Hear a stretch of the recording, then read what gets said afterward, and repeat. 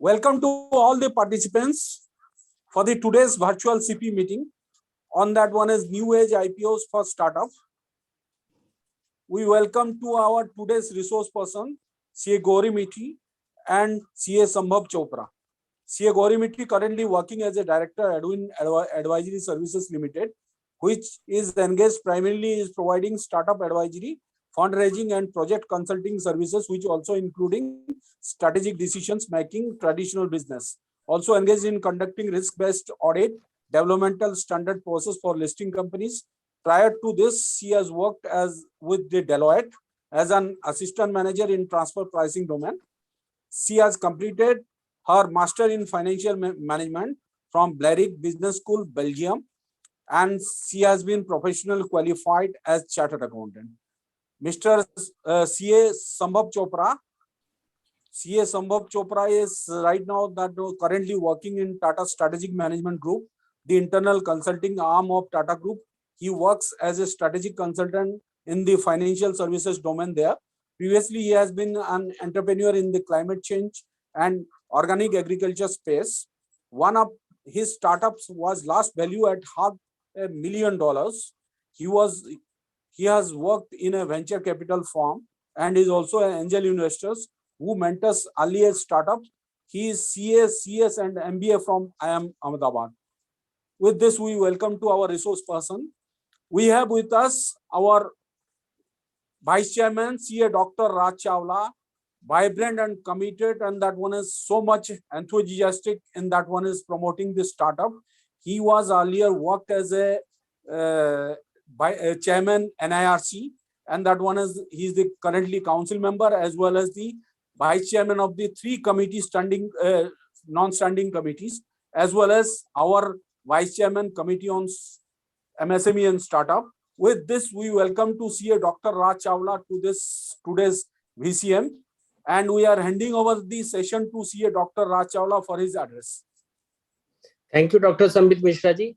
At the outset, I am happy to be a part of virtual CP meeting on New Age IPO norm for startup organized by the Committee of MSME and Startup of ICI. We are thankful to all the participants and resource person, CA Gauri Mithi ji and CA Sambhav Chopra ji, for joining in this virtual CP meeting. In Indian equity market had a dream ride in 2021 with 63 companies going public and raising rupees 1.19 lakh crore. Among them, 197 Communication, the present company of the fintech major Paytm, made this biggest buzz, raising rupees 18,300 crore in November 21 and overtaking state-run minor coal India's 15,199 crore IPO in 2010 as India's biggest. Amid as a equity market euphoria filled by easy money policies of global central bank in the wake of the pandemic, investors lapped up by the shares of these new age companies. The issue of Nazara Tech, the instance was substance as much as 175 times, 150, Nykaa 82 times. Some of them went to touch new high post listing. Nazara Tech share was 3,354.4 on October 11, 2021, as threefold gain over the issue price. Nykaa and Zomato more than double. The fortune, however, seen a reverse day 2021 Paytm, which had set an issue price of 2150 close rupees 661.85 on April 18, a 69% slump in 5 months. Cartrade Tech was down 61% since listing, fallen 10% from its issue price. These corrections, however, are synchronized with the wider global tech stock sell of this year. Recently, the market regulator proposes that the new age companies should provide detail on how the IPO were being priced and compare it with pre-IPO fund raising and publish presentation on investors before the IPO. If the said proposal will be succeeded, then undoubtedly the process will become more transparent and investor will be able to make a more informed choice. At the same time, loss-making companies may not be able to gain a higher valuation, and some may soon find it difficult to go public. I am happy to inform you that after today's session will be highlighted in IPO's norms for startup. We hope that your enhancement of the knowledge in the PLI scheme help you in the future endeavor. Thanks and best of luck for your future professional and personal endeavor. Thank you very much, Mishra ji.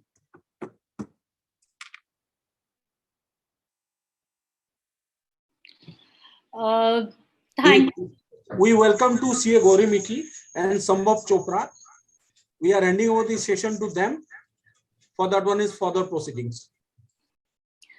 Thank you so much, CA Dr. Raj Chawla sir, for such a great insight about in like 10 minutes was such a great insight about what is happening in the startup ecosystem, why there is a need for this change. It was a very insightful thought from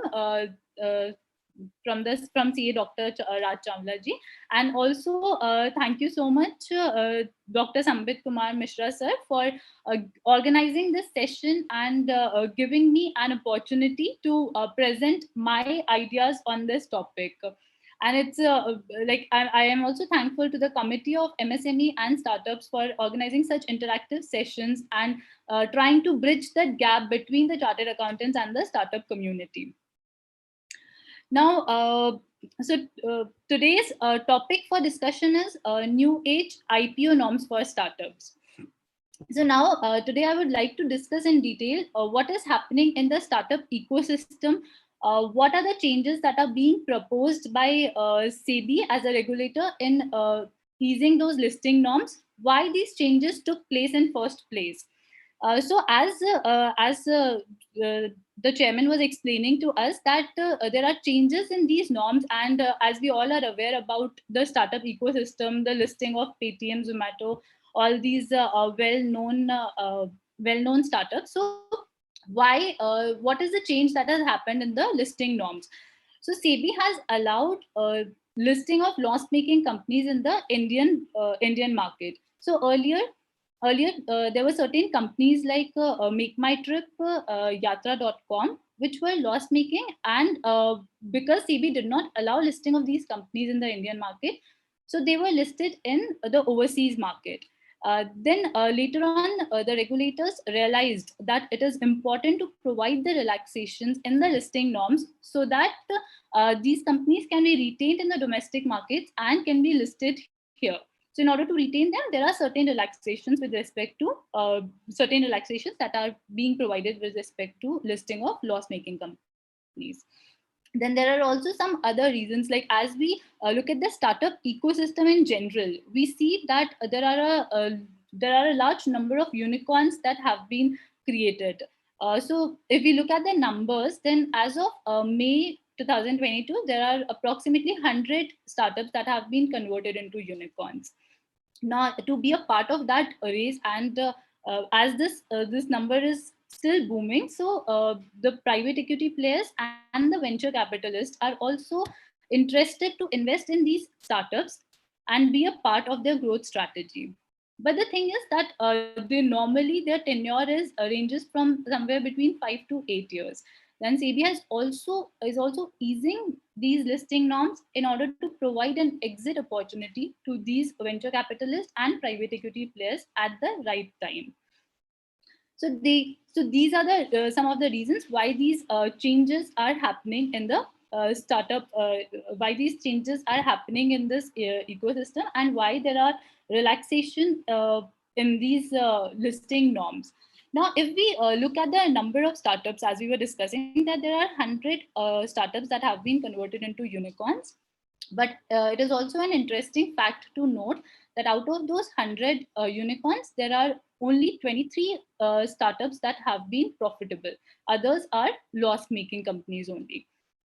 So here we as chartered accountants have to pitch in, and we have to act as a financial advisors to these startups, because these startups lack the financial literacy. So we as chartered accountants play an important role in accelerating the growth of these startups and assisting them in achieving their growth plans. And this will be discussed in detail by my fellow speaker Sambhav Chopra about how a chartered accountant can assist these startups.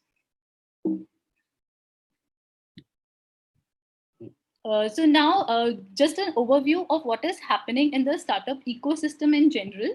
There is a flagship initiative of startup of the government of India, Startup India, which was launched on 16th January 2016. And under this initiative, there are around 60,000 startups that have been registered as of now. So the Indian startup ecosystem is ranked as the third largest ecosystem in the world after US and China, with a market capital with a market value of approximately $300 billion. So after easing these startup listing norms, 8 startups have been registered in 2021 itself, have gone for listing.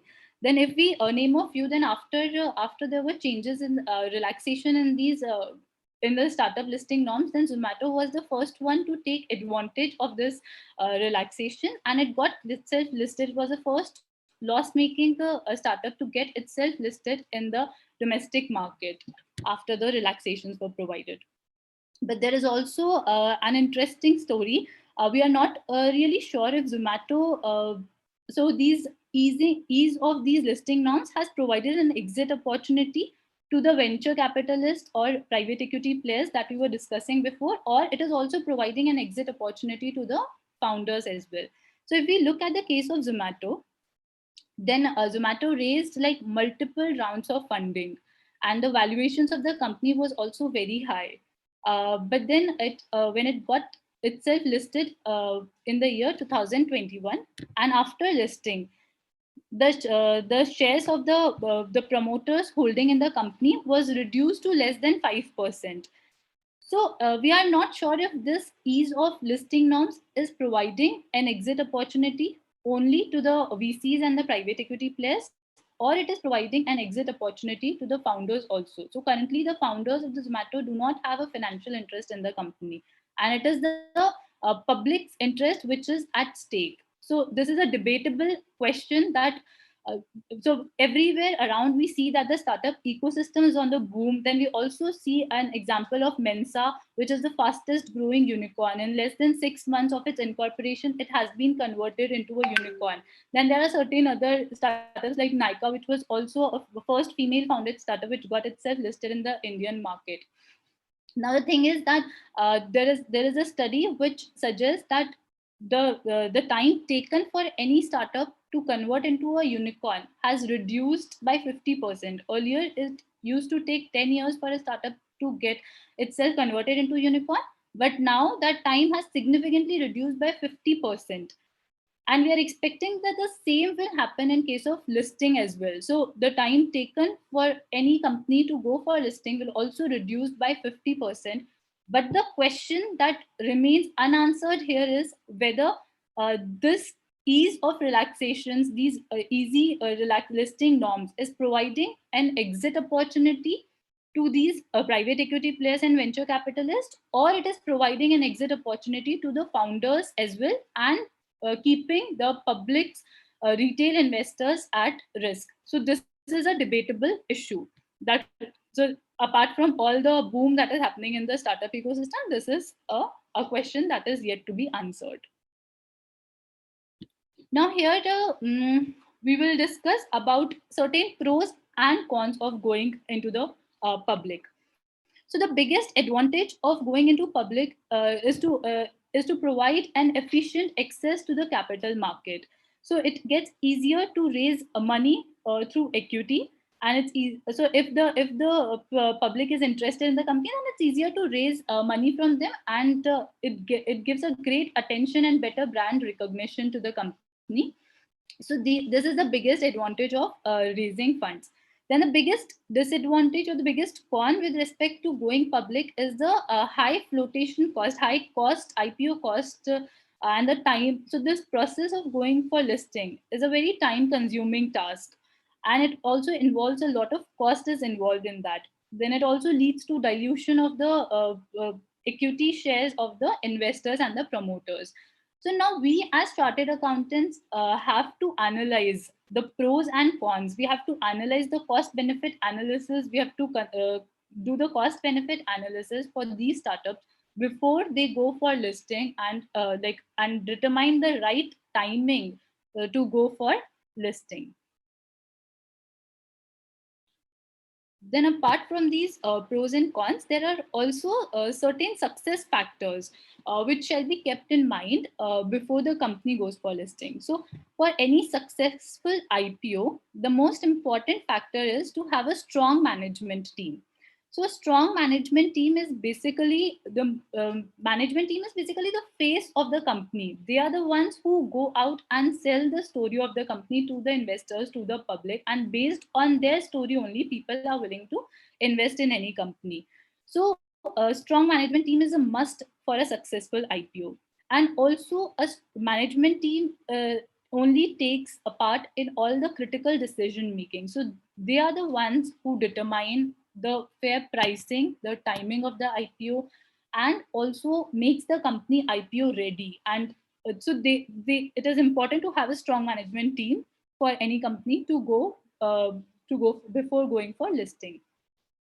Then there are also certain challenges which a company faces. So whenever any startup goes for listing, in this rush, basically in this rush for to go for listing, they the founders pay focus to the financials of the company, but they lack their attention, and they don't pay focus to what is happening in the internal controls of the company. So the internal controls of the company are not that robust to support a successful IPO and to support the company after it gets itself listed. So it is important to have a robust internal control systems as well. And it is important to analyze the working capital requirements of to go for listing before going for listing. So these are certain challenges that a startup faces. And again, to address these challenges and to address the success factors, it is important that a finance expert is required at every stage of before going for listing to a startup. So now we will discuss about what are the changes that have happened, what are the regulatory changes that have happened with respect to the listing norms for any startup to go for IPOs. So SEBI has been pushing the startups to go for IPOs, and they have been time and again making the amendments in their regulations and in the frameworks in order to ensure, in order to promote these startups to go for listing. Now, in August 2015, SEBI created an institutional trading platform. So this platform allowed listing of startups and allowed they made accessible the institutional investors. So they allowed the institutional investors to invest in these startups which are listed in the institutional trading platform. But years later, like after this platform was created, SEBI realized that the results of this platform didn't come out as it was expected. So as a result, in June 2018, they again formed a group of stakeholders to review this institutional trading platform framework and identify the areas which require further changes.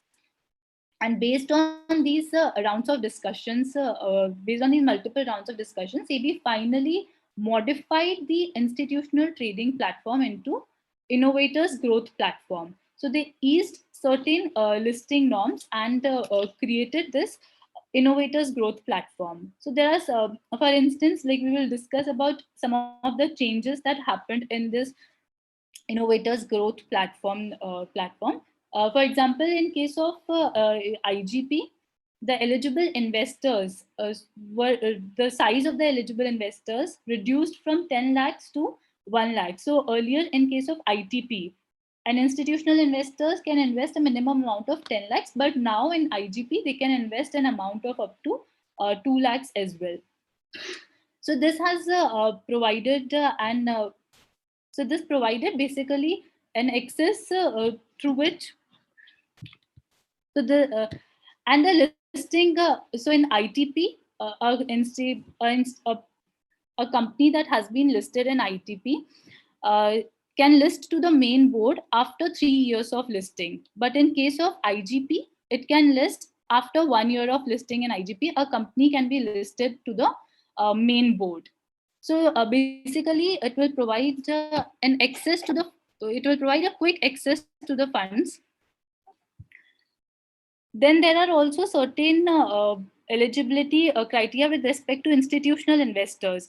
So institutional investors who have invested like 25% of the pre-share capital in the company, they were required to be invested in the company for 3 years, and their period has reduced from 3 years to 1 year as per IGP. So all these relaxations have been provided in order to ensure that more and more institutional investors invest in the startups, and also it provides a early exit to these institutional investors, so that it will provide more opportunity to the retail investors to invest in these companies, and it will also transfer like with the ease in the listing norms of from 3 years to 1 years, it will be transferred to the main board quickly and will take all the other advantages that are provided to any other company. Then SEBI also released, like after doing these multiple rounds of discussions, SEBI also modified its consultation paper in December 2019 and came up with a review of framework on innovators growth platform, in which they are still doing the brainstorming on this consultation paper and the frameworks, and they're still working on these frameworks and reviewing it and making the changes as and when required. Then there is also another change that has been made with respect to loss-making companies that we were discussing in the introduction as well. So SEBI allowed listing of these loss-making companies in order to retain these companies in the Indian market so that they don't go to the overseas market. And the relevant changes has been made under Rule 6.2 of ICDR regulations, in which a company which is not having operating profits in the last 3 years can also be listed in the domestic markets.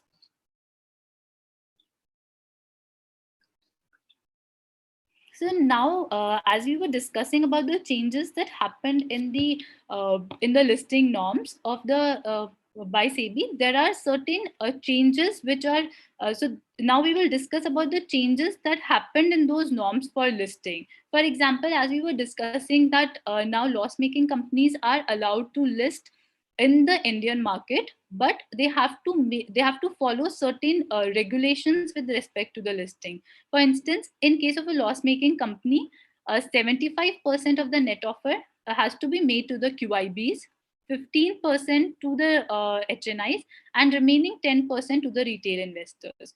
Whereas in case of profit-making companies, only 35% of the net offer is available to the retail investors.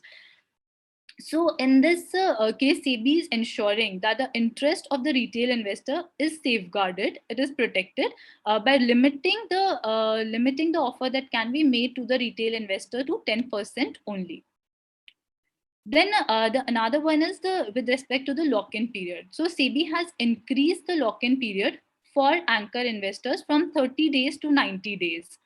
So this will again ensure that the interest of the anchor investors is vested in the company for a longer duration of time, and it will also help the anchor investors in taking part of in all the strategic decisions of the company, and it will ultimately protect the interest of the retail investors in general. Then SEBI eased the listing norms with respect to provided relaxation in listing norms, but they also want to ensure that the end use of these funds are disclosed appropriately to SEBI. So any company, any startup going for listing has to mandatorily prepare end use of funds, how they are planning to utilize those funds, what are their plans, what are the target acquisitions if they plan to do, which are the number of companies they will acquire, their size, everything has to be the minutest details has to be disclosed in the end use of funds. So for example, if any company is raising a funding of say 100 crores, then out of that 100 crores, they can invest 35 crores in their inorganic growth plans. So like SEBI supports this idea of funding and utilizing the funds for the inorganic growth plans and so they understand that this ecosystem is working on a disruptive strategy. All the startups are having disruptive ideas, so they are okay with spending their money for an organic growth plan and making the disclosures. But out of that 35 crores, only 25%, that is 8 crores, is exempted, and it can be disclosed for any unidentified acquisition. Apart from that, all the remaining amount has to be disclosed, and their utilization has to be properly disclosed to the SEBI. Then early stage investors, as we were discussing before, that early stage investors can hold who hold 25% of the pre-issue capital. Their tenure has reduced from 3 years to 1 year, again to as we discussed in the previous slide. The discretionary allotment of up to 60% of the issue size can be made to the eligible investors. So in case this is only applicable in case of oversubscription. So these are certain changes that happened. These are certain changes that are proposed by SEBI, and these are the changes which happened in the listing norms in order to just make sure, so they are providing the relaxations with respect to listing of startups, but they also want to ensure that relevant disclosures are being made to SEBI, so that for more transparency, these disclosures are mandated by SEBI. Then we will discuss about common accounting and reporting issues before going to public. So these are some of the regulatory requirements that any company has to follow after it goes for listing. So for instance, segmental reporting. So any startup, any company that is listed has to prepare its segmental report. So they have to decide bifurcate their revenues into the different segments based on geography, on product, on different criteria, and they have to prepare their profit and loss accounts and report it as per the it is mandated for the listed entities. Then again, implementation of India. So again, for the listed entities, it is a mandatory requirement to get to follow the Indias, and all the bookkeeping has to be done as per the Indias only.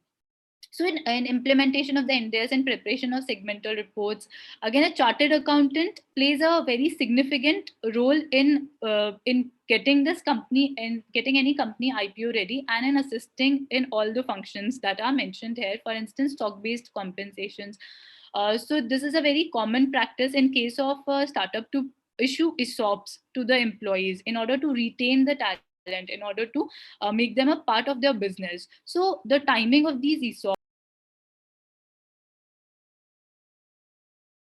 they should be issued, should be the vesting schedule, and different terms and conditions of these ESOPs shall also be determined only with the help of a finance expert. Then valuation. So again, valuation of a company is required to be determined again and again as and when they raise any funding rounds. So in each funding round, those valuations have to be determined, and to determine those valuation, different factors have to be considered and different methods have to be followed, for which again a chartered accountant plays a very important role in determining those factors and in assisting any startup for arriving at the correct valuations, which will again be discussed by Sambhav later on. So in all these functions in preparation of consolidated financial statements, ERP implementation, so in all these functions and before preparing and before going for public, a startup has to prepare these common accounting and reporting issues, and they have to address these issues before, like 1 or 2 years in advance, before they plan to go for listing and gear up their company for an IPO.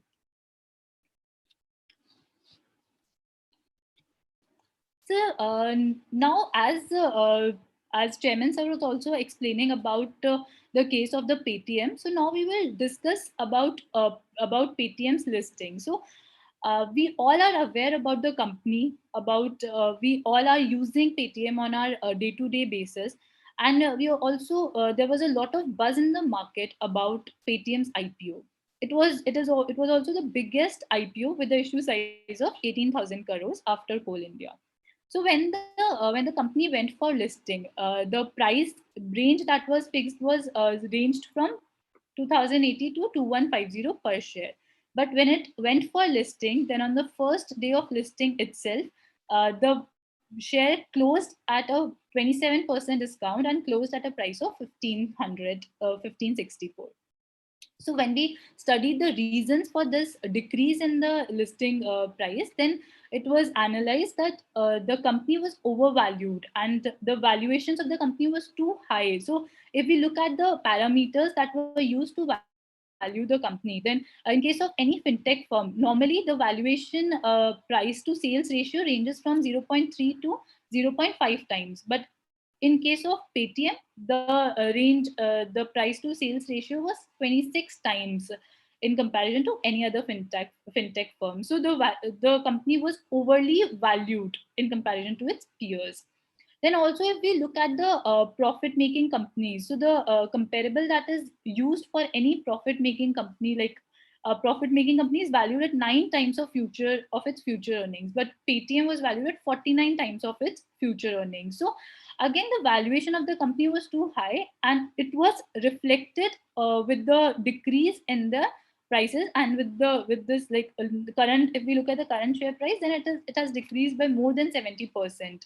So this decrease was reflected in the pricing, and this correction arrived in the share price due to higher valuations only. And if cumulative, if we in fact, if we look at all the companies that got themselves listed recently, like Zomato, Paytm, Nykaa, so all of them cumulatively, there was a correction made in the market with respect to their listing prices, with respect to their share prices, and cumulatively there was a loss of somewhere around 6,000 crores with respect to all these 6,000 crores loss in the market capital due to corrections in the valuations. Then even when this company was going for listing, then also it had a loss of 1,700 crores. And previously also, whatever money was raised by Paytm, so they raised somewhere around 190 billion rupees, and 70% of that money was utilized towards settling the losses. And still the company, it is assumed that the company has utilized the issue proceeds for like they have utilized for setting of losses and for customer acquisition cost mainly. So still the future of the company doesn't look very bright, and it is expected that the price of the shares will fall only. And if we look at the competition that is happening in the market, so with the onset of these with the development of UPI's payment, this trend is likely to be seen, because it is expected that the UPIs will take over 85% of the gross merchandise value of Paytm by financial year 2026. So it is expected that this loss will continue in the same pattern.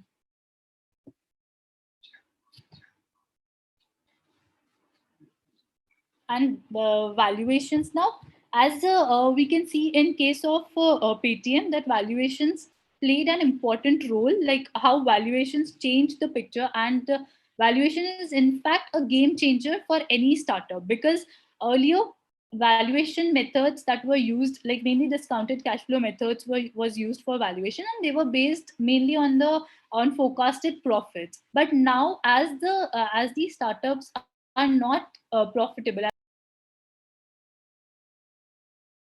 difficult to value based on the forecasted profits, and the valuation metrics has completely changed. So the factors that are considered for valuation has changed, because now it's mainly the industry is these startups are mainly internet driven companies. So the parameters for valuing these companies depends on the number of downloads that happen, number of visitors, a number of apps that are downloaded.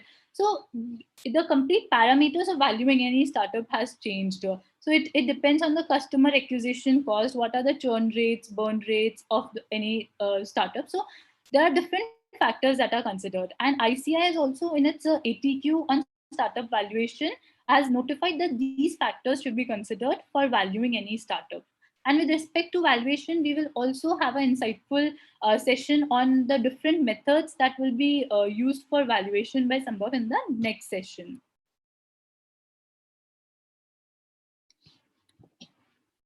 Now, apart from SEBI, there are also certain initiatives that has been taken by BSC. So BSC has created its own platform, SME platform, in 2012.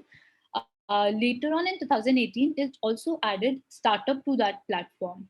So the concept was that it allowed small startups who find it difficult basically to raise funding from the market. So it allowed those startups to raise small funding to meet their small funding requirements of 1 or 2 crores. So till 2021, there were like 12 startups that have been listed on this platform, and 10 companies raised somewhere around 34 crores from the market. So these types of initiatives are again taken to promote these small startups and in their growth, and to help them meet the immediate funding requirements from the market. But the eligibility for any startup to get itself registered in the BSC startup is that they should be operational for a minimum period of 2 years, and they should have a positive net worth. And the same kind of initiative was also taken by NSC as well. So, and after like a startup is listed on a BSC platform, later on they can also be listed to the main board, and there are certain relaxations which are provided while getting this startup, which is listed on the BSC portal, to list on the main boards. So now these, as we were discussing throughout the session, that how SEBI has provided relaxations with respect to the listing norms, how it is promoting certain startups to get themselves listed in the Indian market.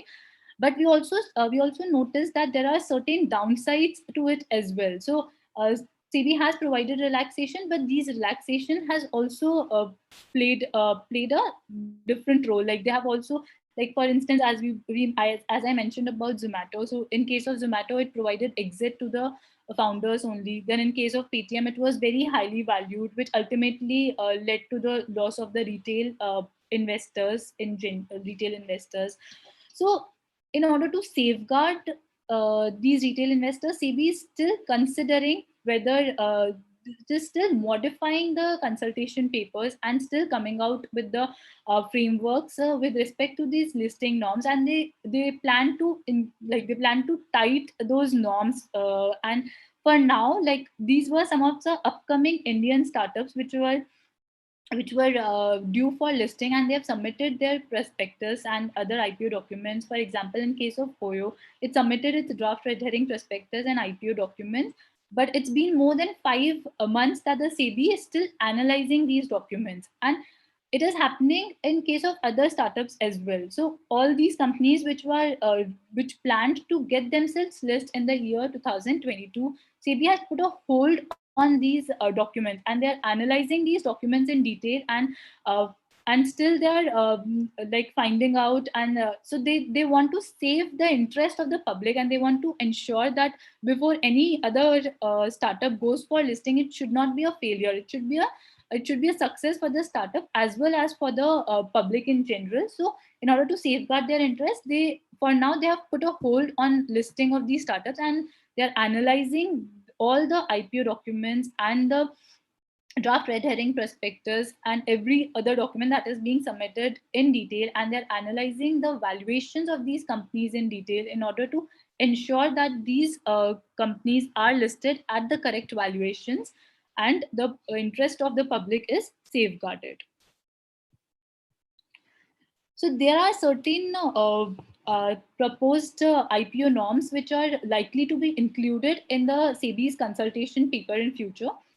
So, for example, with respect to the ratings, so rating play a very important role in determining the valuation of a company, and So SEBI wants to ensure that the rating is being done through the SEBI monitored agencies only, and they are also funded. The funds are transferred to these agencies through the Investor Protection Fund. So this will ensure that there is no biasness that is being done while arriving at the credit rating of these startups, and the correct valuations are ultimately arrived at. Then the issuer company shall disclose all the KPIs. So even before the listing, whatever prices have been, whatever valuations have been arrived at before listing, because at each round of funding, a valuation is being done by the company. So whatever valuation has been done, all the assumptions that have been taken in those valuations, all the KPIs that have been taken while arriving at those valuations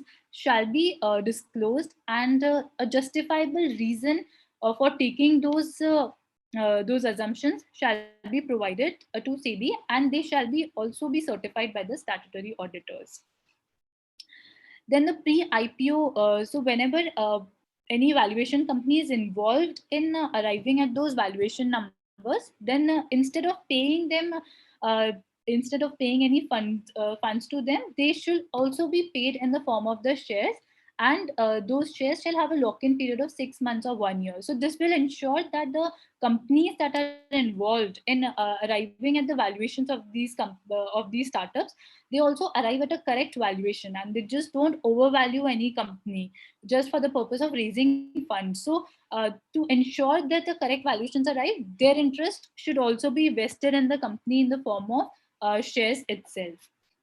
Then it is also likely to be included that all the IPO bound companies shall be mandated to file in their prospectus the cost of shares, like in last 18 months, whenever there has been a dilution of more than 5% stake, then that should be reflected in the prospectus, and the price at which those shares were traded shall also be reflected, so that a comparison can be made of the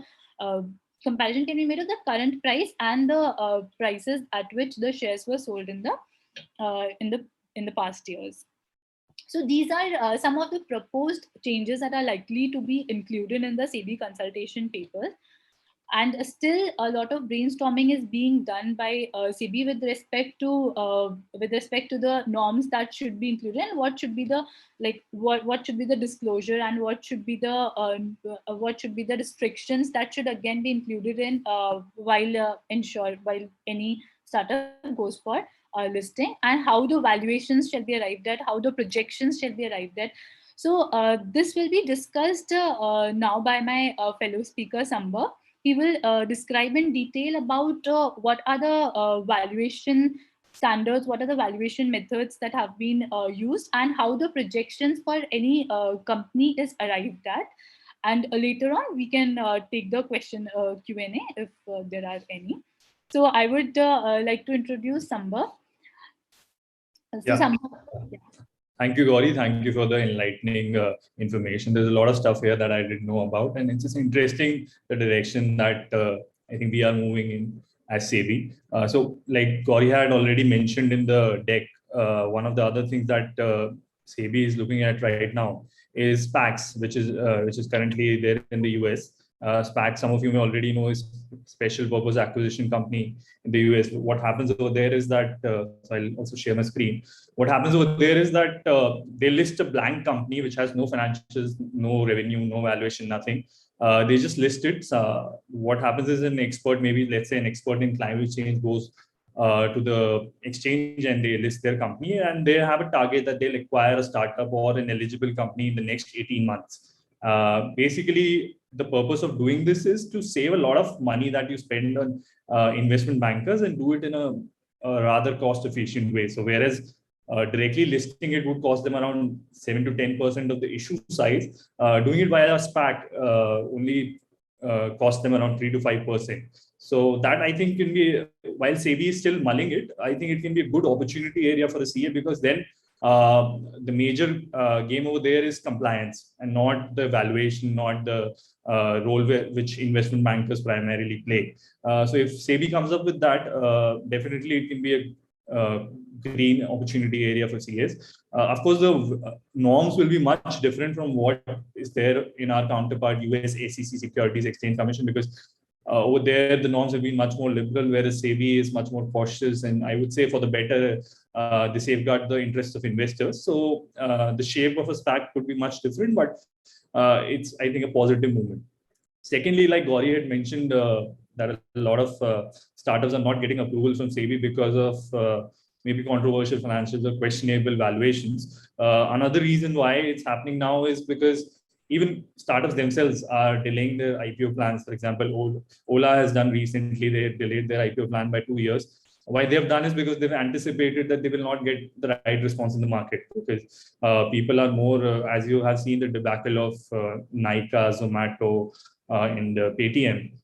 It's becoming more and more clear that at least in the near future, people want to see profitability, they want to see free cash flow. So that is why people are delaying their IPO valuations. Today was Delivery's IPO listing, surprisingly, and I think good for them. They got a very positive listing premium. But overall, this season that's currently coming up is being called as funding winter or valuation winter.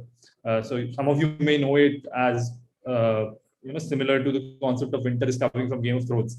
So funding winter or valuation winter is the concept where the valuations are going to drop down, funding is going to freeze. Most of the funding is only going to happen in existing startups.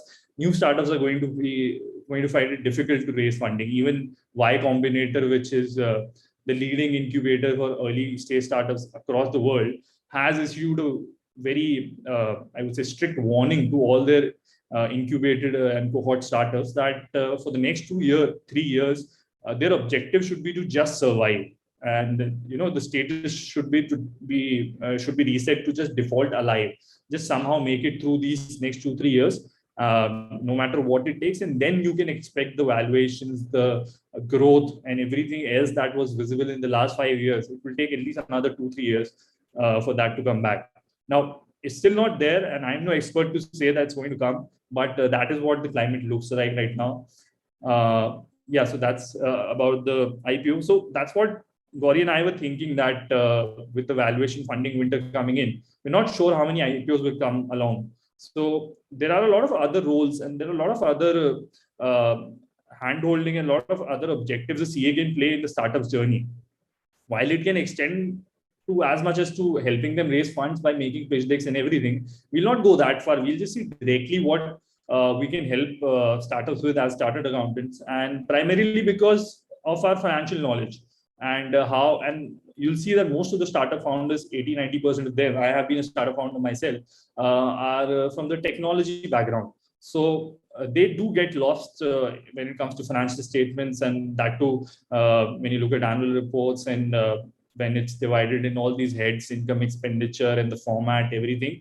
So they do get lost in the form. They don't know the substance, but they do get lost in the form, which is also important at times. So I think, so I have categorized it down to 3 areas where we as chartered accountants can help startups. First is obviously valuations.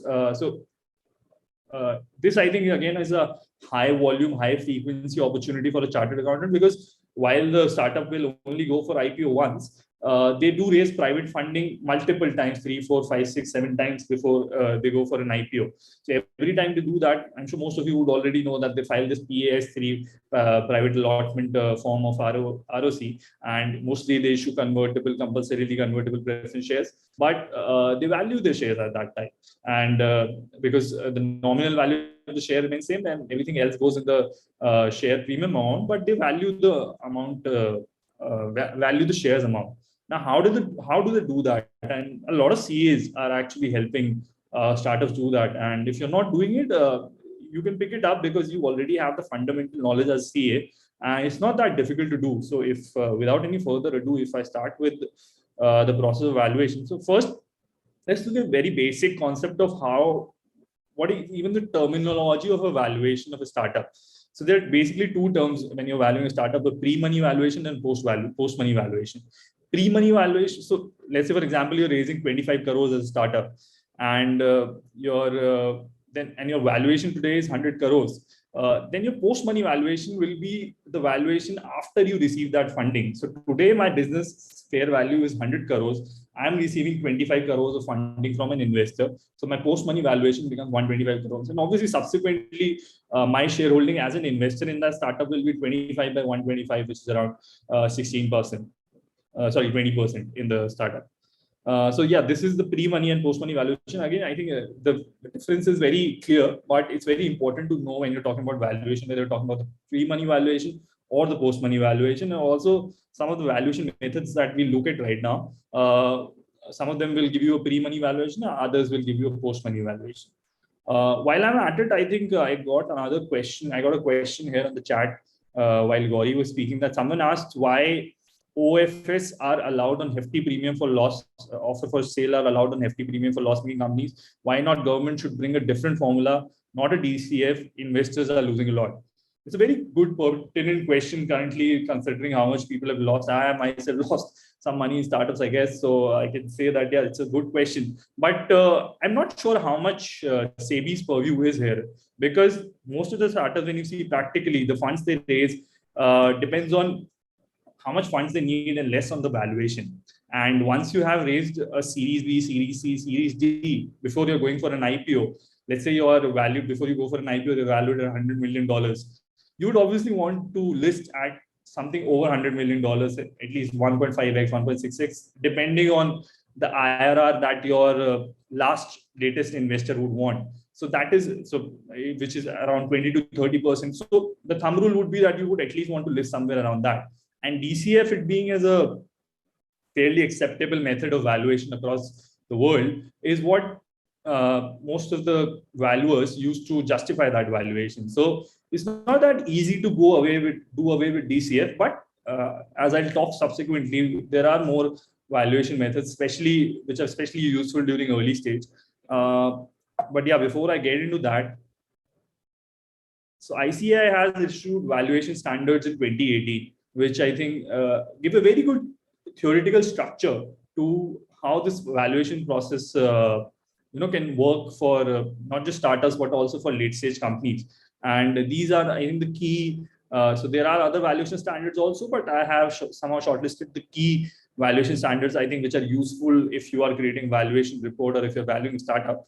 IVS 102 valuation basis. Basically, this means you'll start the valuation. You'll have to select the valuation basis of your valuation. By valuation basis, you mean what is the objective of your valuation? Are you valuing it to raise funding? Are you valuing it to sell the startup? Are you valuing it to liquidate the startup? So that objective will play a role in deciding the valuation basis. There are basically three valuation bases. Fair value is what is the value of the startup today if I sell it, and at an arm's length transaction, what would be the fair value?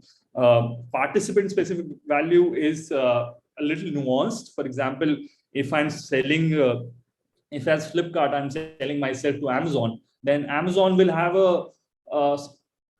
probably a much better value or a much different value than what, let's say, a Reliance or not even Reliance, Swiggy would have for Flipkart. If a Swiggy buys a Flipkart, whereas an Amazon buys a Flipkart, Amazon needs that Flipkart. Amazon has a very good synergy when they buy that Flipkart, whereas Swiggy probably does not have that kind of synergy when they buy Flipkart.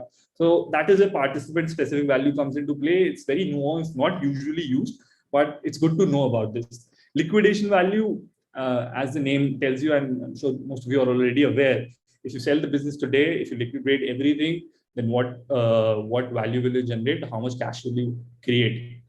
Then valuation approach is just the method that you follow for valuation. And primarily these are categorized into three approaches. Market approach is something that is again used for more late stage companies, because here you look at comparables, you look at different multiples. So for example, if I'm a Swiggy and there are, let's say, or if I'm Zomato, because they entered food delivery later, and there are already Food Panda and Swiggy in the market. And I know that Food Panda and Swiggy have a very good respectable valuation, which is validated by a lot of experts and a lot of brokerage houses and other valuation experts.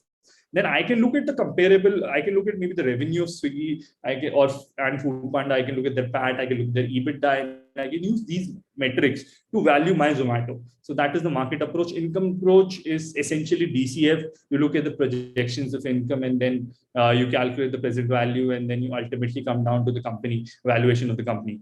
Cost approach is basically replacement cost. So if I want to replace my startup today, if I want to build something similar to what I've built till now, how much will it cost me? So that is what cost approach is. Scope of work, IVS 201 is where you, it's again, it's about the content of your report. You will have to clearly elucidate what is the scope of your work, why are you doing this valuation, and how are you doing this analysis, what have you studied. By studied, it will also involve that you have gone through ICAI valuation standards while valuing this, and other maybe key resources that could be required to valuing this. So you will include all of that. Reporting and documentation, IVS 202 tells you how to structure that report when you're creating a valuation report. You'll also have to include key details like you're not being paid, and caveats that you're not being paid, or your payment does not, your remuneration does not depend on the valuation of the startup. It is independent of the valuation of the startup. So those key details would have to be included, which I think some of it also aligns with a lot of certifications or opinions that we as chartered accountants issue even in tax related matters. IVS 301 business valuation just puts everything together: valuation basis, valuation approach, and how valuers should use the ICAI valuation standards. Basically summarizes everything that has been given before that. So I think this is good reading for anyone who wants to get into valuation. And I'm sure whoever is a registered valuer would already know a lot about this. But whoever is not and they still want to value, I think this can be a good starting platform to get into this valuation space. Okay, so first, let's talk about DCF, discounted cash flow method, because this is something I'm sure a lot of people would already be aware about. So DCF, again, it's not, like I said, you cannot completely do away with DCF, but in the case of a startup, you can obviously make some tweaks to it, which I think are really necessary. And also some of these tweaks are already mentioned in ICAI valuation standards, as well as other experts such as Ashwath Damodaran, etc. have talked about it. So first thing is cost of equity. So you use the cost of equity to calculate the present value of your free cash flows, and generally use the CAPM formula, which is mentioned over here. Cost of equity equals to your risk-free return into plus beta into your risk premium, which is the difference between the market return and the free risk return.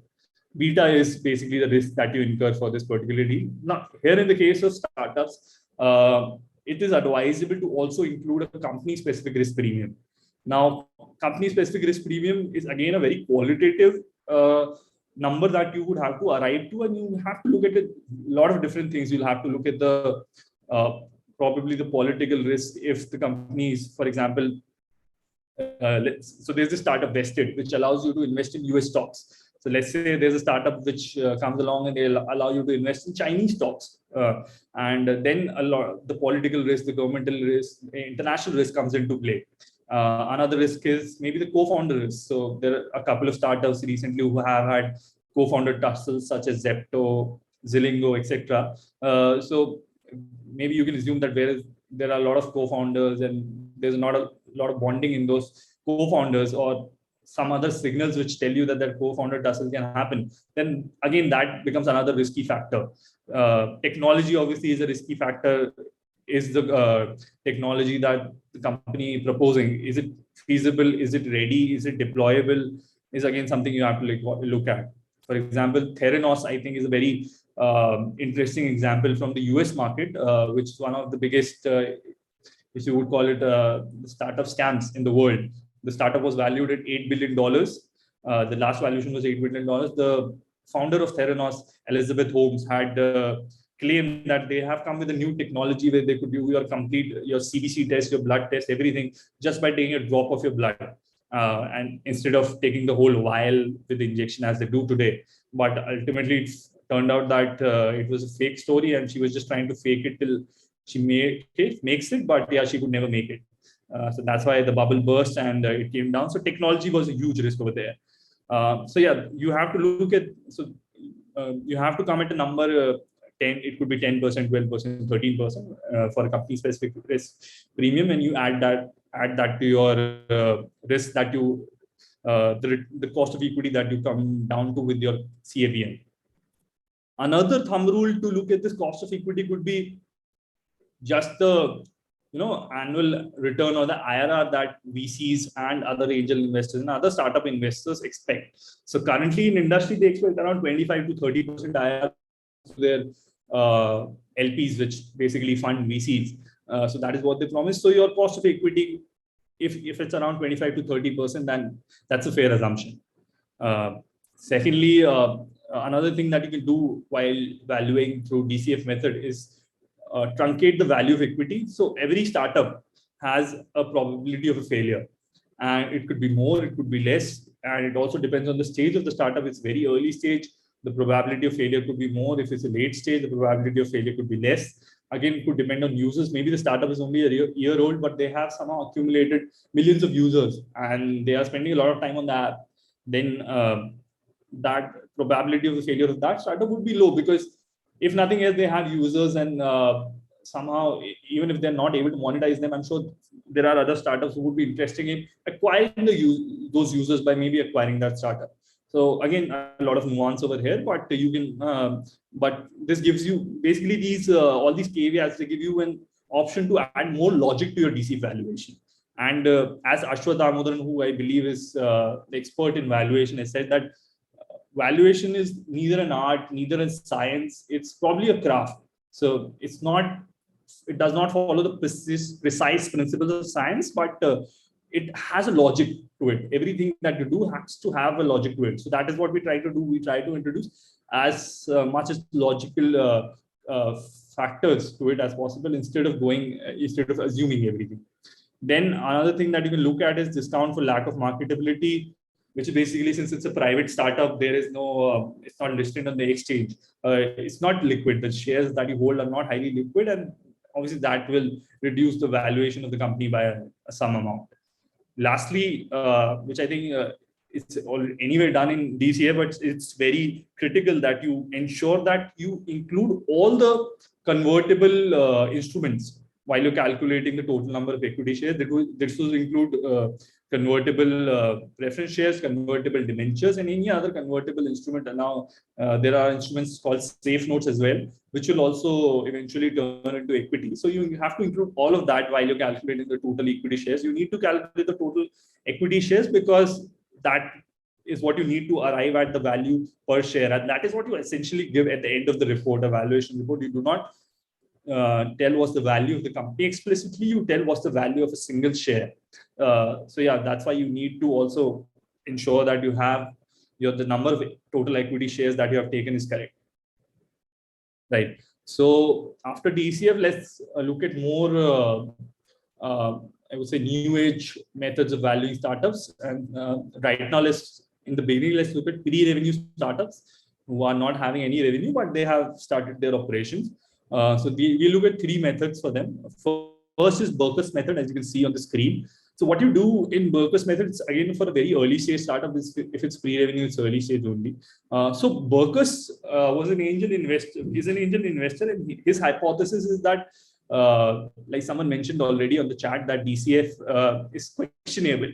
So Berkus believes the same. He thinks that the projection that you present for startups' financials, hardly 1 or 2 in 1,000 startups arrive anywhere close to that. So he basically took away the financials part of it, or the revenue part of it, and he tried to make a more qualitative, come up with a more qualitative approach of valuing a startup, while at the same time giving you a quantifiable number. So what happens in Berkus method is that you assume, let's say you are Zomato and you've entered the food delivery business, and there's already Foodpanda and Swiggy in this business. They've been running for a year, and they've been running for a year, and you're raising funding today.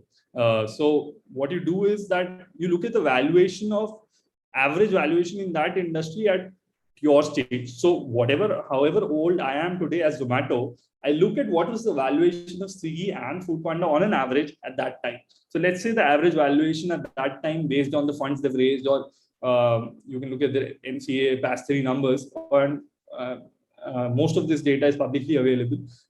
You arrive to a valuation that at that time, the valuation of similar startups in that similar geography, again, if you're looking at India, it's best that you look at India and not compare it with the US market. Even if you compare it with the US market, then you discount the value that is there in the US market by taking an average number that at Series A, let's say the Indian startups are valued at $5 million, whereas the US startups are $10 million. So if you do not find any comparable startup in the Indian ecosystem, then you can go international as well. So say you're finding some valuation from the US market and you know that US startups are generally valued 2x at the same stage, you'll just halve the valuation.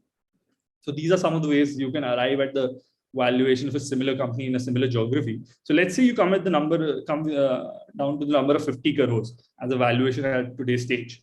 So what you do as per Berkus is you divide this 50 crores as 10 crores in 5 areas, 5 critical qualitative areas, which basically foretell how much successful the startup can be or how well that startup has come along since their birth. First of that is sound business ideas. Since it's early stage, business idea matters a lot. How good the business idea is, again, you have to take your own assumption, then your own analysis, your own judgment on the basis of other competitive startups in this area. What was their business idea, business model? How successful is that? Is their business, is the startup that you're valuing, let's say you're valuing Zomato, is Zomato's business model an improvement on that model? So you have to look at that and just have to give a range between this range of 0 to 10 crores. You have to give a number as per your understanding and as per your judgment. Again, management team, which I think is the most important criteria in all these 5 things, because it's early stage. So how the team functions, how the team grows the startup matters a lot. And you look at the team's credentials, you look at their domain expertise. Do they have any knowledge of that industry? What is their pedigree? How is their education? What have they raised any funds before? How well they are connected, because you need to be well connected to raise funds. So all of those things you can look at. Product rollout of sales is GTM strategy, basically go-to-market strategy. How do they plan to go to market with the startup? When they launch the startup, what is their strategy, and does this strategy make sense to you? Will they be able to attain users or revenue, whatever their preferable metric is in the beginning? Any other strategic and critical partnership, for example, if I go back to the example of Vested, which allows you to invest in US stock markets. Vested is partnered with Drive Wealth LLC, which is a broker in the US market. And if anything happens to the partnership they have with Drive Wealth LLC, Vested would not be able to even operate. Their operations will come to a standstill immediately. So they are highly dependent on one single vendor. So that is not a very safe thing for a startup, or not a very what I would say manageable thing for a startup. So that is again something that would probably lower their valuation. And in this range, maybe I would give them 2 crores or 4 crores, something like that. Then prototype or MVP existence. Is it just a paper idea, just a business plan on paper? Then obviously the valuation in this bucket will be much lower. If it's a prototype, the valuation will be a bit higher. If it's MVP, which is minimum viable product, which is a minimum viable, the difference between a prototype and a minimum viable product is that a prototype you can use to show it to users, just get it tested and sort of tweak it. Whereas an MVP is what you can take it to the market, you can start selling it. So if they have an MVP instead of a prototype, their valuation could be much higher. So, and then when you when you're done with all these 5 areas and you have assigned a value to each of the area, you just simply add it up, and that gives you a valuation number for the early stage startup. Again, I would not advise to use this method or any of the following methods that I'll talk about in standalone. It's always better to look at different methods, arrive to a value which each of the method, and then triangulate to a number, and which should align with the funds that a startup needs, which I'll come along to later in the slide. Second method is scorecard method. Again, pretty similar to the Berkus method. Only the methodology is different, but the principle is same. Here again, we look at comparable startups who are at the same stage that we are at today in the same geography. We come down to an average valuation. Let's say again, it's 50 crores for that stage and for that geography. Then we basically give we have given different weightages to different criteria while judging a startup. Team strength is, again, like I discussed last time, management team. Opportunity size here is market sizing. How big is the market? If it's a $10 billion market, $12 billion market. And again, in market sizing also, there are nuances. You can say that, for example, you can say that digital gold today is, let's say last year, Indians bought around 800 tons of gold. So you can say that the Indians can also buy 800 tons of digital gold. That is the market size, but that does not make sense. Last year, around 3% people bought digital gold. So it's not possible that 100% of that will go to digital gold. So you will look at a more accessible market or more obtainable market.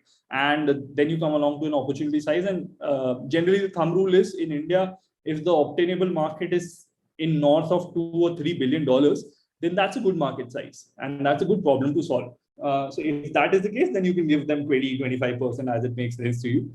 Moat of the product or service is how defensible is the product. So with Zomato, for example, Zomato is providing food delivery. Swiggy is also providing food. Food Panda was also providing food delivery. But for Zomato, the defensibility or the mode of the product was maybe the restaurant discovery service that they had. The millions of users that they had, the restaurants, partnerships with the restaurants in terms of Zomato Gold and Zomato Pro that they have. So basically, these things define how defensible a startup is. The more defensible it is, the better weight you give to that criteria.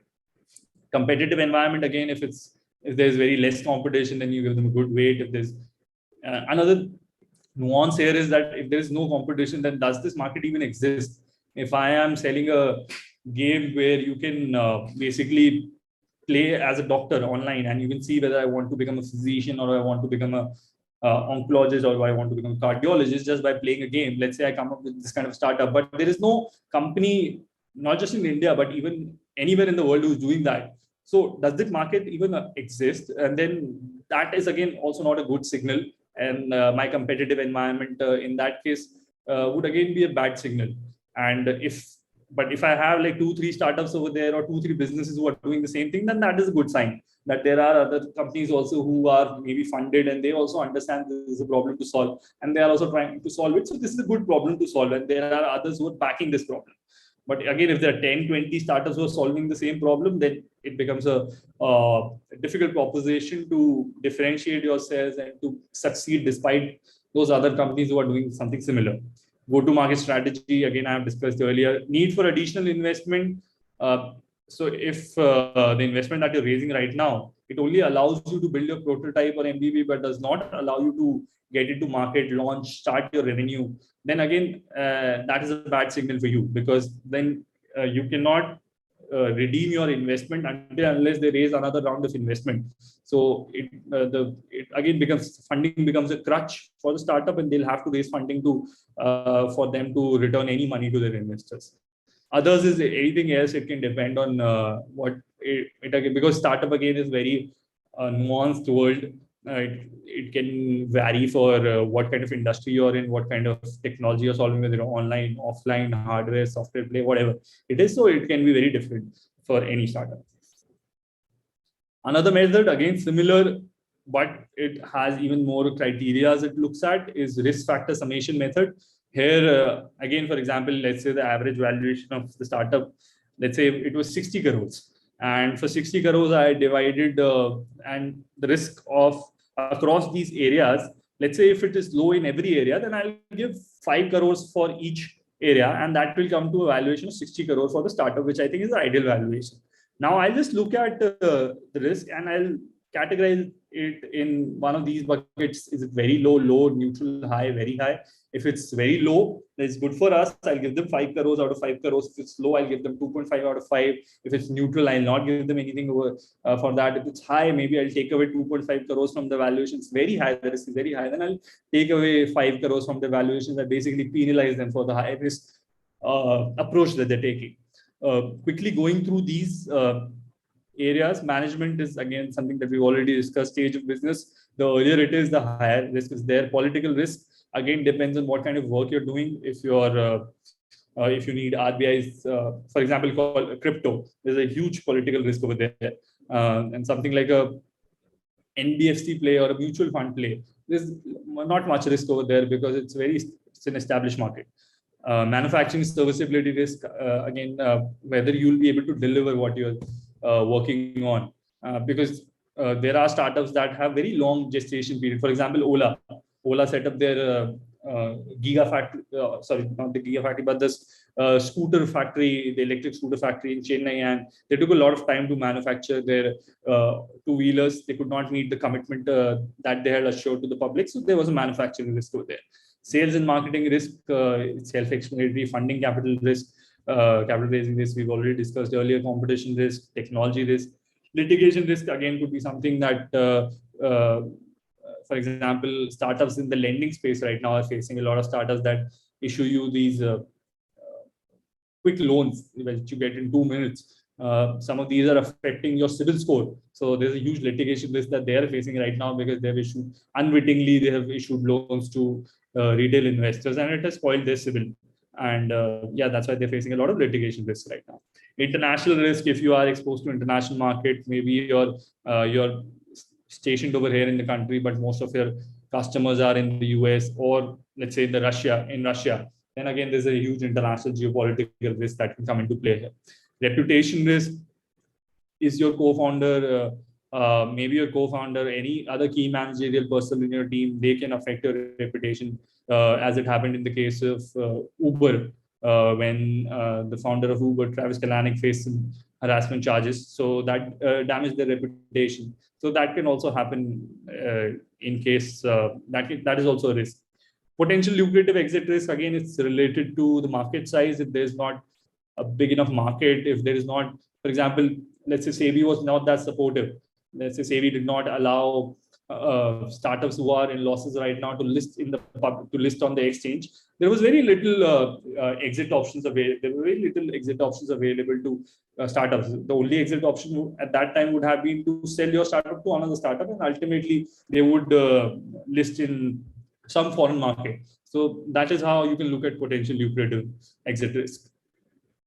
Right. So these were the pre-revenue methods to value a startup. Now, VC method, which is the most popular method, I would say, to value a startup, which can be used pre-revenue, post-revenue. Also, is very practical. So I worked in a venture capital firm, and so have my own startups experience. So I know that this is how practically, as a founder and as an investor, I would look at fundraising. While the other valuation methods that we have discussed do give you a semblance of the figure or the valuation that should be there, this method helps you to break it down very easily. So let's look at it quickly. So let's say your startup needs 10 crores for investment. So again, a bit of background over here. Why do startups raise funds? Startups don't raise funds to set up their business or to prove their business model. An investor would only fund a startup, at least when it's a little rational market. They would only invest in a startup when they know that they need growth capital. They already have a model which they have proven somewhere and has some backing that this will work. So they give you growth capital, that you take this 10 crores and you maybe use this over the next 1 or 2 years, and it will help you get from, let's say, 100,000 users to 1 million users or 10 million users. So that is when a VC or an investor will give you 10 crores, when you can prove that story to them, that this is how with your 10 crores, I'll take my startup from 100,000 users to 10 million users. So that is when you give them 10 crores. Now, that is how you start. I'll again, in the following slides, I'll introduce how do we even come to this kind of a 10 crore number, which is again, I think, a very interesting opportunity for CAs to help startups to arrive to this number. But let's say a startup needs 10 crores for their growth. Now they come to this VC, and the VC wants an exit in 5 years. They want to sell their holdings in the startup in 5 years and make a profit out of it.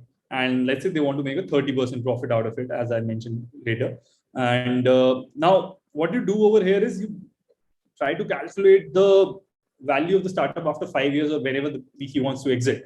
In this case, since the VC wants to exit at the end of year 5, we'll try to calculate the EV, enterprise value, or the valuation of the startup at the end of year 5. And let's say in the industry that this startup is working right now, revenue multiple is a better multiple to value a startup, and generally 5 times the number of revenue is how you value the startup. So for example, and so And then what you do is basically you just need to look at revenue, because revenue is the comparable multiple you've chosen. So you just need to look at the revenue and you need to project the revenue numbers for startup. Again, this is something that ideally the startup management will give it to you, the projections. You as a chartered accountant are responsible for verifying these numbers, the logic of these numbers, the assumptions of these numbers, and then validating them. So let's say the startup projections are 1 crore in year revenue. Projections are 1 crore in year 1 and 20 crores in year 5. So as per our multiple of 5 times of revenue, the valuation comes to be around 100 crores at the end of year 5. Now, like you mentioned, the VC wants an IRR or an annual return of 30% on their investment. Now, when we calculate the present value of the startup, it comes to around 27 crores today. Now, again, this is the post money. This will be the post money valuation of the startup, because 27 crores will be after I put in this 10 crores. So again, the pre-money valuation would simply be 27 minus 10, 17 crores of this startup. So this is how practically most of the VCs, most of the startups today, they arrive at the valuation of a startup, and again, this helps them understand what kind of shareholding they'll get. So in this case, the shareholding will be around 10 by 27, which will be somewhere around 35-36%.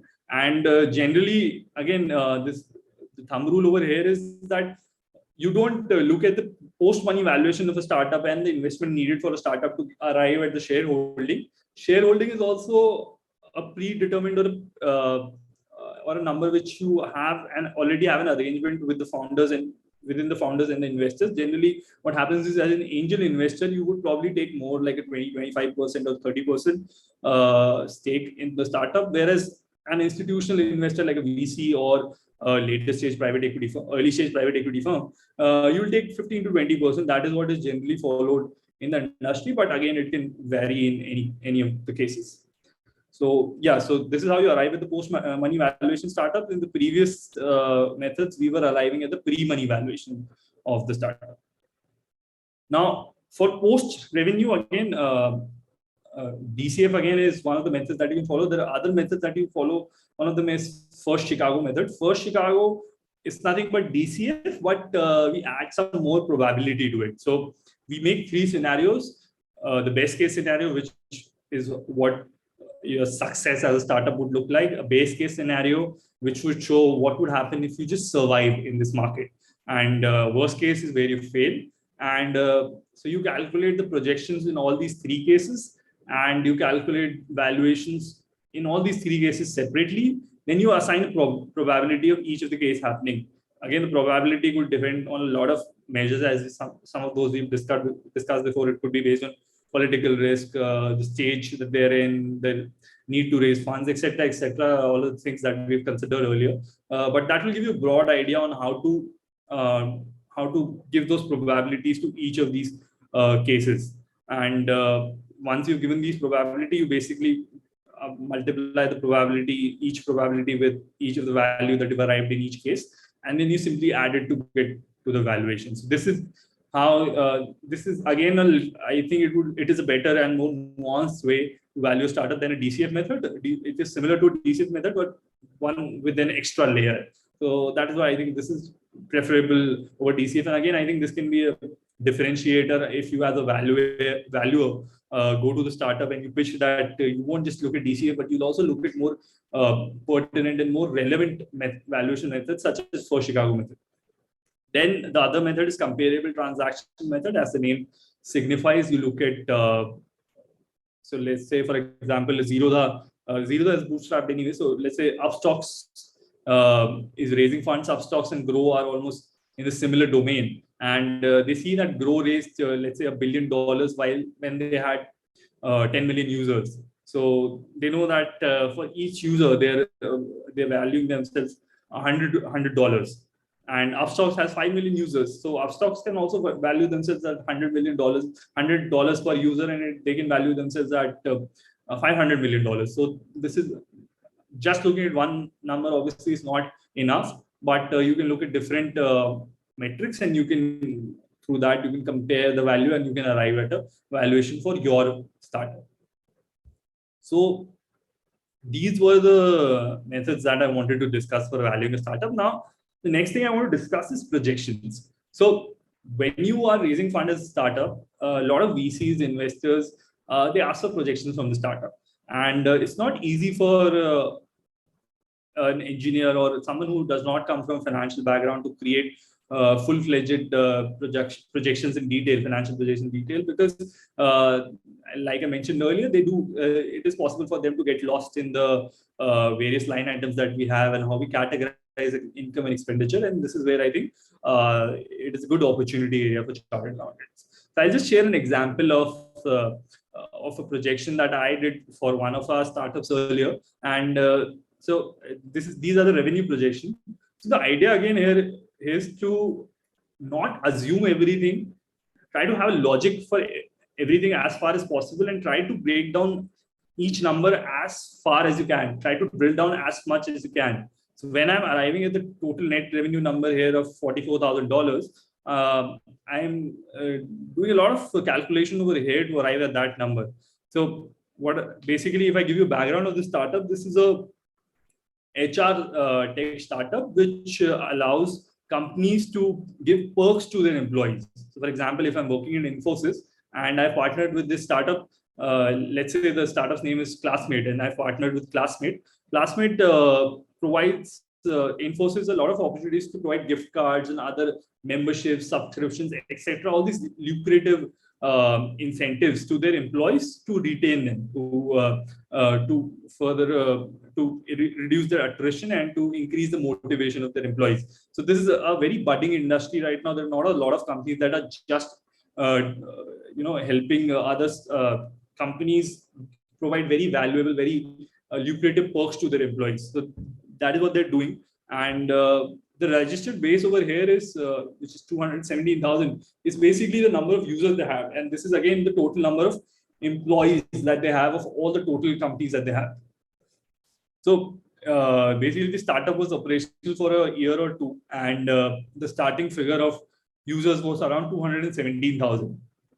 Now what we did was that we looked at, so on the basis of previous data, we knew that there are salespeople, and these salespeople get you more users. So what we did was we simply found out that per salesperson, we were getting, let's say, 1,300, 1,400 users per salesperson in a year. So we simply calculated that when we employ more and more salespeople, we'll get more users. So, and as my salespeople get more experience, their learning curve will apply and their performance will also improve. So where earlier a salesperson was getting maybe 1,400 users, their performance will improve and they'll get 1,425, 1,450 and so on in future.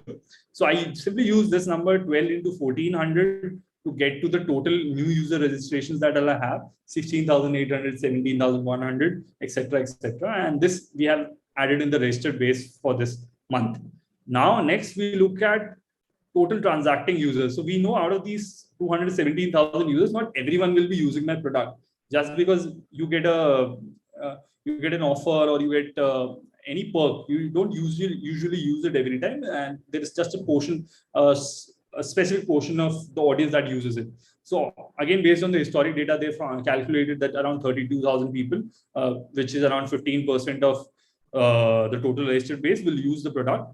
Now, out of these people, they know that one person on an average makes 1.75 transactions. This is again based on historic data.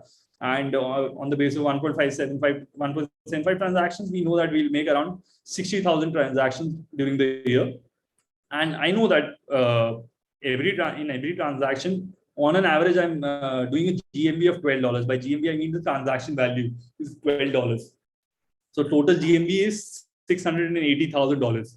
And now I know that my margin here is 6.5% on this GMV. So that helps me to get to my net revenue. Now there's another product that the company wanted to launch. They wanted to launch elite subscribers who would get some premium features in the whole product, and they assume that they'll be, after 3 months, they'll have 0.5% elite subscribers. And for elite subscribers, again, this is how you calculate this is just one assumption that you have to take. Again, when you're taking this kind of an assumption, 0.5%, make sure that you're discussing it with the founder and other management team of the startup, and you have some basis of supporting this. Maybe some other company in some other industry launched a subscription model, and this is how their growth looked like. So that is how you can come to these kind of assumptions. So then again, I have elite subscribers, let's say 1,300 in July, and for them, my revenue is different, and that revenue is around 5,000 in that year, and my revenue is consequently increasing. Another interesting thing over here is that we are doing a month-on-month valuation, not a year-on-year valuation. Most of the valuation that we as CAs are used to, we do year-on-year valuation. But for a startup, month-on-month is more relevant. Sometimes it even goes down to week-on-week if necessary, because usually they have a runway. By runway, I mean the time they have in which they can utilize the funds that they have, or the bank balance they have, or the investment they raise, which could be 18 months, 24 months. And then in that time, they again have to raise another round to sustain themselves, because obviously in the first few years, startups don't earn any free cash flow. So they have to sustain on funding only. So that's why you do a month-on-month forecast, so that you can see every month how much you're earning or burning, which is your negative profit. And another thing that VCs and investors like to look at is your month-on-month growth. Your month-on-month growth should be a good number. Ideally, it's 10 to 20%. In this case, it is lower because this was the stage of the company was a little late. And yeah, so this is again something that you can include for your clients, and they would definitely benefit a lot from this. When we look at expenses, again, try to break it down as much as possible. When we look at sales salary, we know the number of employees that we are employing, again, after your discussion with the management, and how much you're paying per person. That gives you a total sales salary projection. You can further break down your admin salary, customer support salary. Here we had taken it as a collective consolidated number. IT expenses, you can further break down. If it's an IT heavy company where there, let's say Netflix, their server cost would be really high and would depend on the number of users they have. So there you can break it down and you can make this numbers look more logical. So again, like I said, it's valuation is a craft. Every number, the more logical you can make it look, the better. But what is more important over here is, so this is how you arrived at the expenses, the revenue arrived in the earlier slide, and this is your EBITDA basically. And then you arrive at the net burn. Net burn is the total loss that you're having in those coming months. Let's say you're raising for the next 18 months, 24 months, 12 months, whatever. So in those, you'll be utilizing these funds in those in that specific duration. So you calculate the total amount of cash you'll burn in that duration, and not just EBITDA, but you'll also look at a lot of fixed costs. So this is obviously not visible over here, but I've also included fixed costs over here. So by adding across these 12 to 18 months, we came down to the number of minus $700,000. So this is how much this is how much funds this startup needed to basically grow to this kind of a user base, 300,000 user base from 200,000, or even further, even bigger number in the further months. So this is when you're pitching to a VC, this is what you tell, that I need $700,000, or maybe if you round it off, I need $1 million to get from 200,000 users to 300,000 users, to get from 600,000 GMV to a $1 million GMV, and that is how you justify your valuation. But again, to justify this, you need to support this with this kind of a valuation document, which I think is, as many CAs are already adept in project financing, should not be that difficult. Now, last thing is something more interesting, not typically a CA play over here, but again, as CA, since we are financially well equipped and we don't get bogged down by numbers, this is something which we can help startups with when they are facing this kind of trouble, or when an entrepreneur is facing difficulty in valuing the startup. So let's just look at an example. So I've already told you about the company, the HR Perks company that has corporate clients. They provide valuable perks to the employees of their clients, and basically they want to calculate the market size of their whole business that this is the business and they want to calculate the market size in India, that how much market they can capture, or if everything goes well, and what is the total universal market size in India. So just take a minute and think about how you can do it. This is just an interesting exercise. There's no right or wrong approach to it. But before I talk about how I did it or how we did it during our fundraising, let's see how you think you can do it. Just take a minute to think about this.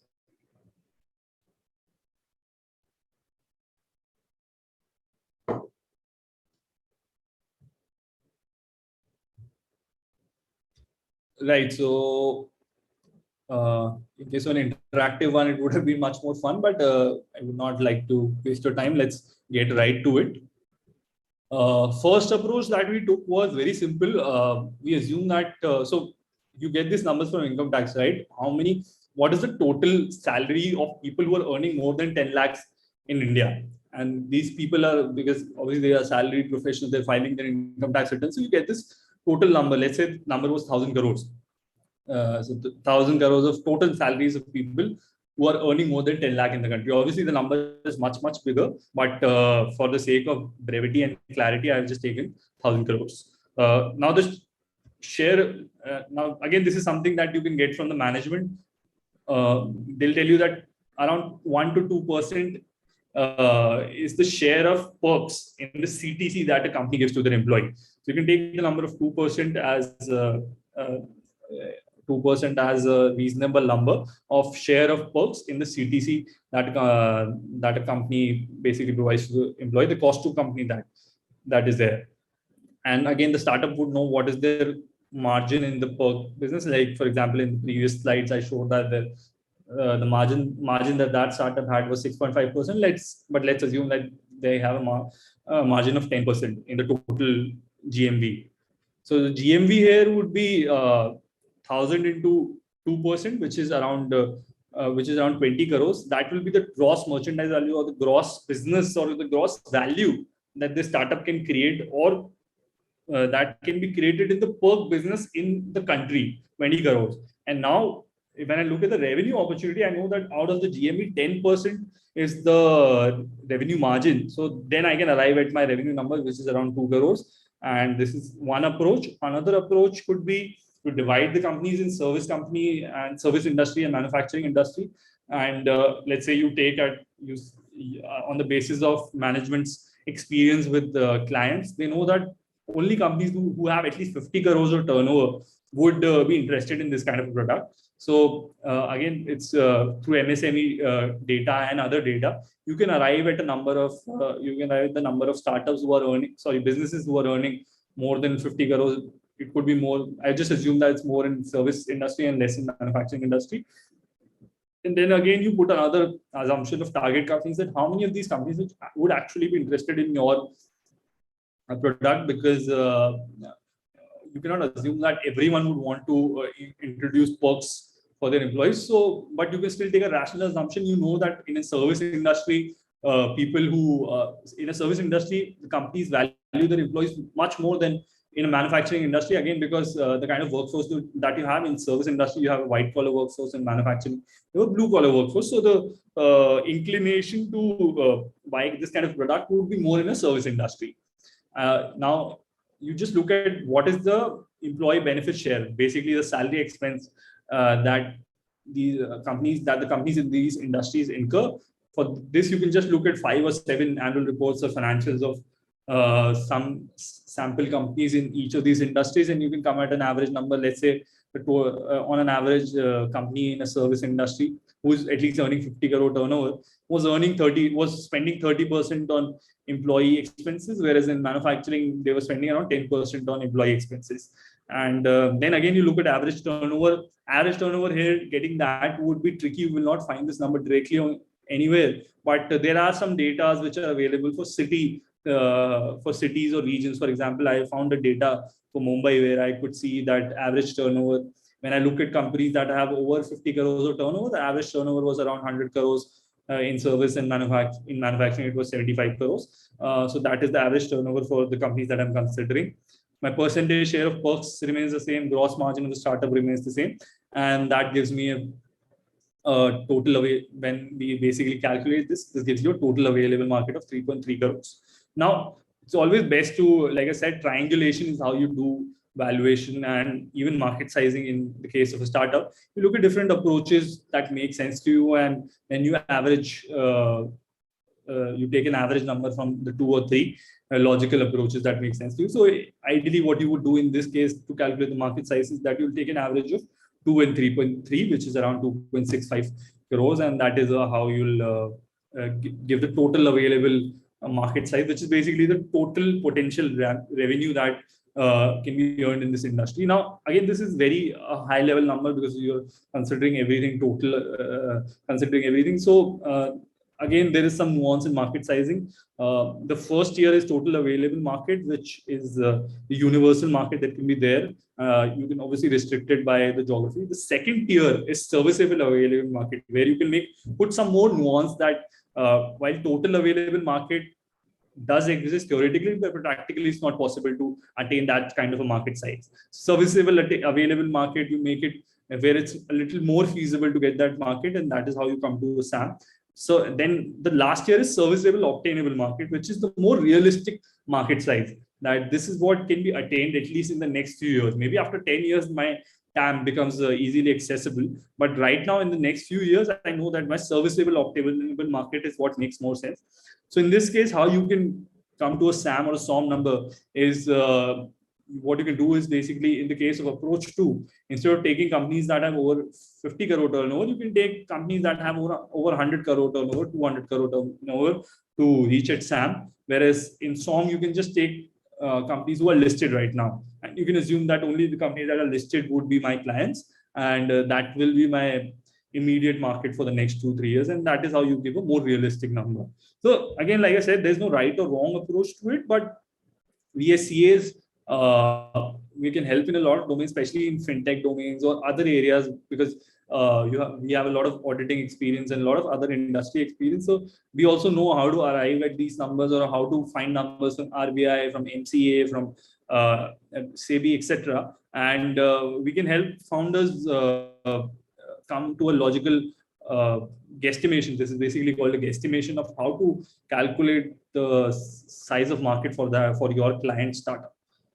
So yeah, this was one case study that I wanted to share with you. Another thing is, I thought if anyone is interested, you can just think about this. Zerodha Capital is probably the only tech-first company that provides loan against shares. By loan against shares, I mean you can take advances and loans against the shares of mutual funds you're holding in Zerodha right now. And how do you calculate the market size of these loans? Like how much loans can Zerodha actually disburse, and how do you calculate the total revenue opportunity over here?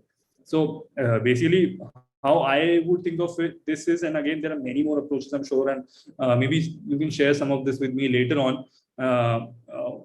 But one way I would look at it is that for the people who want who are taking loans basically, and who are also holding assets in capital markets, which could be stocks or mutual funds, what they do sometimes is they sell their holdings to meet the immediate needs that they have in their family. These could be personal expenses, these could be medical expenses, etc., etc. But they sell their holdings to meet those needs. So what you can do is you can take a number that 10% of equity mutual fund withdrawal during the year can be my market size, plus let's say 5% of stock share withdrawal, gross share stocks that have been sold in the cash market could again be a market size, could also be added to the market size of the total loan that can be disbursed in this area. And then if you want to look at the revenue opportunity, it's very simple. For revenue opportunity, you just look at the spread. If I am issuing the loan at 12%, and if I am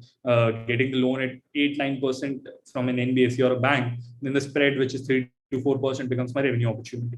Yeah, so this is just one way I thought we can do this. And yeah, that was about it from my side. Feel free to pitch in your questions.